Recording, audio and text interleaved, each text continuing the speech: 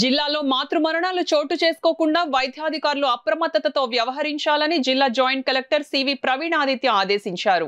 జిల్లాలో మాతృమరణాలపై కలెక్టరేట్లో joint collector CV Praveen Aditya జిల్లా వైద్య అధికారులతో కలిసి సమావేశం నిర్వహించారు.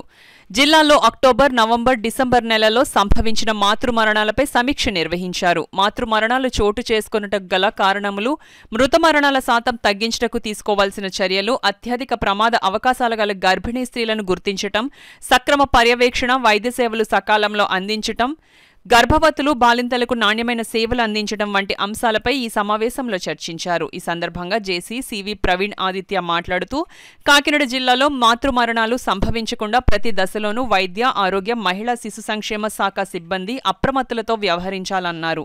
ఈ సమీక్షా సమావేశంలో జిల్లా వైద్య అధికారి doctor J Narasimhanayak, DIO doctor Ratnakumar, ICDS PD K Praveena, DCHS doctor Swapna, ఇతర జిల్లా కార్యనిర్వహణ అధికారులు, జిల్లా కమిటీ సభ్యులు హాజరయ్యారు.